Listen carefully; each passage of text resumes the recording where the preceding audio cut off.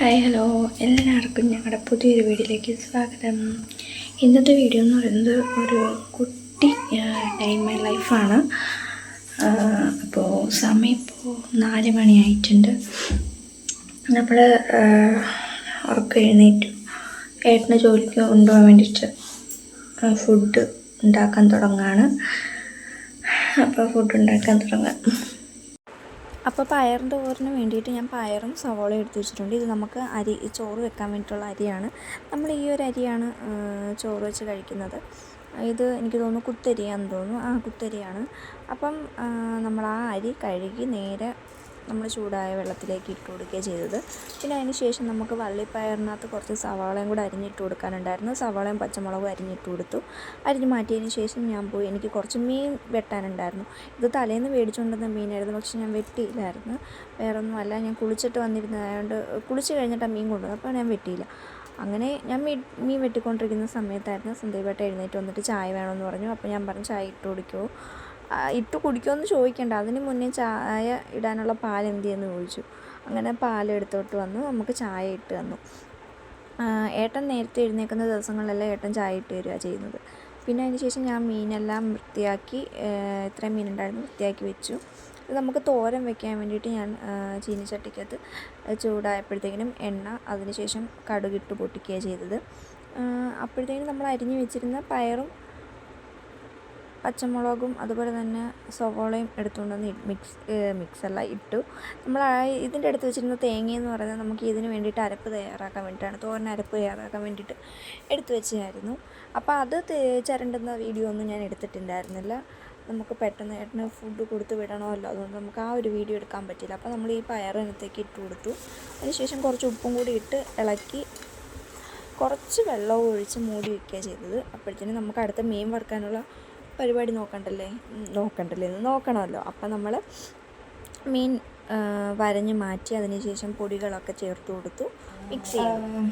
അപ്പം നമ്മൾ മീനിന് വേണ്ടിയിട്ട് ഇതാക്കി വെച്ചിട്ടുണ്ട്. ഇനി മീൻ കറിക്ക് വേണ്ടിയിട്ട് നമ്മൾ മുളകിട്ട് ആക്കുന്നത്. അപ്പം കുറച്ച് വെളുത്തുള്ളിയും അതുപോലെ തന്നെ കൊച്ചുള്ളിയും ചുവന്നുള്ളിയും അതൊക്കെ എടുത്ത് വെച്ചിട്ടുണ്ട്. നമുക്കിത് വൃത്തിയാക്കിയിട്ട് മീൻകറി വെക്കാം. ഏട്ടനൊരു 8 മണിയൊക്കെ ആകുമ്പോഴത്തേക്കിനും ജോലിക്ക് പോകണം. അപ്പോൾ അതിന് മുന്നേ നമ്മൾ മീൻകറി സ്റ്റൗവിലോട്ട് വെച്ചിട്ട് കുളിക്കുകയൊക്കെ ചെയ്യണം. അപ്പോൾ മോൾ ഉറങ്ങി കിടക്കുക. അപ്പം നമുക്ക് പെട്ടെന്ന് ആ ഒരു ജോലിയിലോട്ട് പോകാം. മീൻ വറുക്കാനുള്ള മാറ്റി വെച്ചതിന് ശേഷം ഞാൻ പിന്നീട് വന്നിട്ട് നമുക്ക് മീൻകറി വെക്കാൻ വേണ്ടിയിട്ട്, അത് മുളകിട്ടാണ് നമ്മൾ മീൻകറി വെക്കുന്നത്. അപ്പോൾ അതിന് വേണ്ടിയിട്ട് ഉള്ളിയും വെളുത്തുള്ളിയും തക്കാളിയും അതുപോലെ തന്നെ പച്ചമുളകും കൂടി അരിഞ്ഞ് മാറ്റി വെച്ചു. അതിനുശേഷം നമ്മൾ എണ്ണ ഒഴിച്ച് അതൊന്ന് ചൂടായി വന്നപ്പോഴത്തേക്കും നമ്മുടെ ഈ അരിഞ്ഞു വെച്ചിരുന്നതെല്ലാം ചേർത്ത് കൊടുക്കുകയാണ് ചെയ്തത്. നമ്മൾ കടുക് പൊട്ടിച്ചില്ല കേട്ടോ. നമ്മളിപ്പം മുളകിട്ട് വെക്കുമല്ലേ, അപ്പം ചിലർ കടുക് പൊട്ടിക്കും, ചിലർ കടുക് പൊട്ടിക്കില്ല. പക്ഷെ ഞാൻ കടുക് പൊട്ടിച്ചിട്ടില്ല. അപ്പോൾ നമ്മൾ ഈ ഒരിത് ചേർത്ത് നല്ലതായിട്ട് വഴണ്ട് വരുന്നവരെ ഞാൻ ഇളക്കി കൊടുക്കുകയാണ് ചെയ്തത്. അതിന് ശേഷം നമ്മൾ അതിനകത്തേക്ക് പൊടികളൊക്കെ ചേർത്ത് ഉപ്പൊക്കെ ചേർത്ത് അടച്ച് വെക്കുകയാണ് ചെയ്തത്. നമ്മൾ മീൻ ആ ഒരു ടൈമിൽ ഇട്ട് കൊടുക്കത്തില്ല. ഞാൻ ആ മീൻ ഇട്ട് കൊടുക്കുന്നതെന്ന് വെച്ചിട്ടുണ്ടെങ്കിൽ ആദ്യം ഒരു തിള വന്നതിന് ശേഷം മാത്രമേ ഞാൻ മീൻ പറക്കിയിടാറുള്ളൂ. മീനും അതുപോലെ തന്നെ കറിവേപ്പിലയും നമ്മുടെ പുളി, ഞാനിപ്പോൾ ഇത് മുളകിട്ട് വെക്കുന്നതായതുകൊണ്ട് പിഴുവ് പുളിയല്ല ചേർത്തിട്ടുള്ളത്, വടക്കം പുളി ഉണ്ടല്ലോ, ആ പുളിയാണ് ഞാൻ ചേർത്തിട്ടുള്ളത്.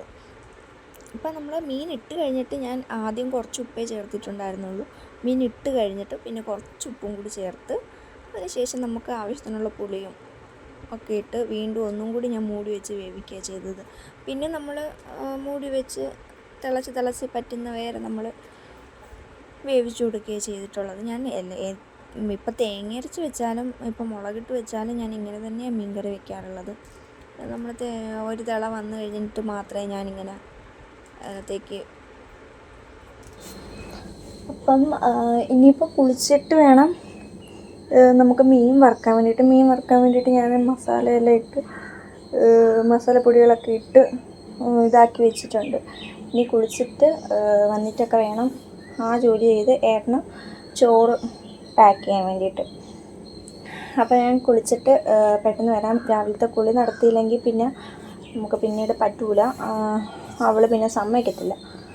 പിന്നെ ഞാൻ ഒറ്റയ്ക്കല്ലേ ഉള്ളൂ, മോളും ഞാൻ ഒറ്റയ്ക്കേ ഉള്ളായതുകൊണ്ട് പിന്നെ പാടായിരിക്കും, പിന്നെ കുളിക്കാൻ പോകാനൊക്കെ പാടായിരിക്കും.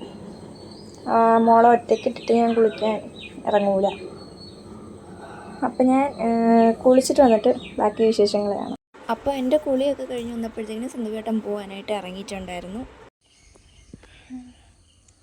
അപ്പം സന്ദീപേട്ടൻ ജോലിക്ക് പോയി. ഇനി ഞാനും അൻവി ഒറ്റയ്ക്കായിരിക്കും ഇവിടെ.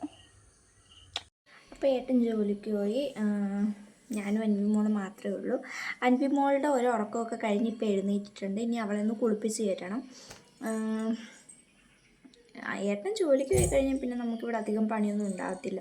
മോളെ കുളിപ്പിക്കണം, പിന്നെന്ത് വെറുതെ ഇങ്ങനെ ഇരിക്കണം വൈകിട്ട് വരെ, ഏട്ടൻ വരുന്ന വരെ. പിന്നെ ഇടയ്ക്ക് കുഞ്ഞിൻ്റെ തുണി എങ്ങാനും ഉണ്ടെങ്കിൽ അതൊന്നും ഇവിടെ കഴുകി ഇടണം, അത്രേ ഉള്ളൂ. വേറെ പ്രത്യേകിച്ച് വലിയ പണികളൊന്നും പിന്നെ ഉണ്ടാവില്ല. നമ്മൾ രാവിലെ ഒരു 7:30-8 മണിയോടെ നമ്മുടെ പണി കഴിഞ്ഞാൽ പിന്നെ നമുക്ക് പണി ഉണ്ടാവില്ല. പിന്നെ നമുക്ക് എന്താ പറയുക, വൈകിട്ട് ഏട്ടൻ വന്നു കഴിയുമ്പോൾ ചായ വെക്കണം, അങ്ങനെയുള്ള കുഞ്ഞു കുഞ്ഞു പണിയെന്ന് പറയാൻ പറ്റുമോ, ചായ വെച്ച് കൊടുക്കണം, പിന്നെ രാത്രി ഫുഡ് കഴിക്കണം, പിന്നെ മുളകണം, അത്രയൊക്കെ ഉള്ളൂ നമ്മുടെ ഒരു ദിവസം എന്നൊക്കെ പറയുകയാണെങ്കിൽ. അപ്പം ഇനിയിപ്പം നമുക്ക് അൻവി എണീറ്റു, ഏട്ടൻ പോയി കഴിഞ്ഞാൽ പിന്നെ ഇവൾ കുറച്ച് നേരം ഉറങ്ങിക്കഴിഞ്ഞാൽ പിന്നെ ഒരു 9 മണി 10 മണി ആ ടൈം ആകുമ്പോൾ എഴുന്നേറ്റ് കഴിഞ്ഞിട്ട് പിന്നെ അവളെ പിന്നെ നമ്മൾ ഉറക്കുന്നത് കുളിച്ച് എല്ലാം കഴിഞ്ഞിട്ട് മാത്രമേ ഞാൻ അവളെ ഉറക്കി കിടത്താറുള്ളൂ. നിങ്ങൾ വിചാരിക്കും ഏട്ടൻ പോകാൻ നേരത്ത് വേറൊരു ഡ്രസ്സ്, ഇപ്പോൾ വേറൊരു ഡ്രസ്സ്, അത് എനിക്ക് കുഞ്ഞിനെ ഫീഡ് ചെയ്യുന്നതുകൊണ്ട് ആ ഒരു ഡ്രസ്സ് ഇട്ടുകൊണ്ട് ബുദ്ധിമുട്ടാണ്. അപ്പോൾ അതുകൊണ്ട് ഞാൻ വിചാരിച്ചു ഈ ഒരു നൈറ്റി എടുത്തിട്ടേക്കാം എന്ന് കരുതി. അപ്പോൾ നമുക്കിനി അൻവി മോളെ കുളിപ്പിച്ചിട്ട് കാണാം. അങ്ങനെ മോളെ കുളിപ്പിച്ചുകൊണ്ട് വന്നു നേരെ കിടത്തി. നമ്മൾ വന്ന ഉടനെ ദേഹമൊക്കെ ഒന്ന് വൃത്തിയായിട്ട് തുടച്ചു കൊടുത്തു. പിന്നെ നമുക്ക് ചെവിയിൽ ബഡ്സ് ഇടണമായിരുന്നു, അതൊക്കെ കഴിഞ്ഞിട്ട് അപ്പം ബഡ്സ് ഇട്ട് നമുക്ക് അഴുക്കെടുക്കാം. അവൾ അങ്ങനെ സമ്മതിക്കൂല. ചിലപ്പോൾ ഓക്കെയാണ് ഇരുന്നേരും. കണ്ട ഇത് കണക്കാ, ഇങ്ങനെ കുതിച്ച് മേപ്പോട്ട് കയറില്ല. എന്നും ഇങ്ങനെ ബഡ്സ് ഇടുന്നുണ്ട് വലിയ അഴുക്കില്ല. നമ്മൾ കണ്ട ഈ ഒരു മരുന്നാണ് കൊടുക്കുന്നത്. മരുന്ന് കൊടുക്കാൻ സമയപ്പോഴത്തേക്കിനും കമ്മന്ന് വീണ് കിടക്കുന്ന കണ്ടില്ലേ.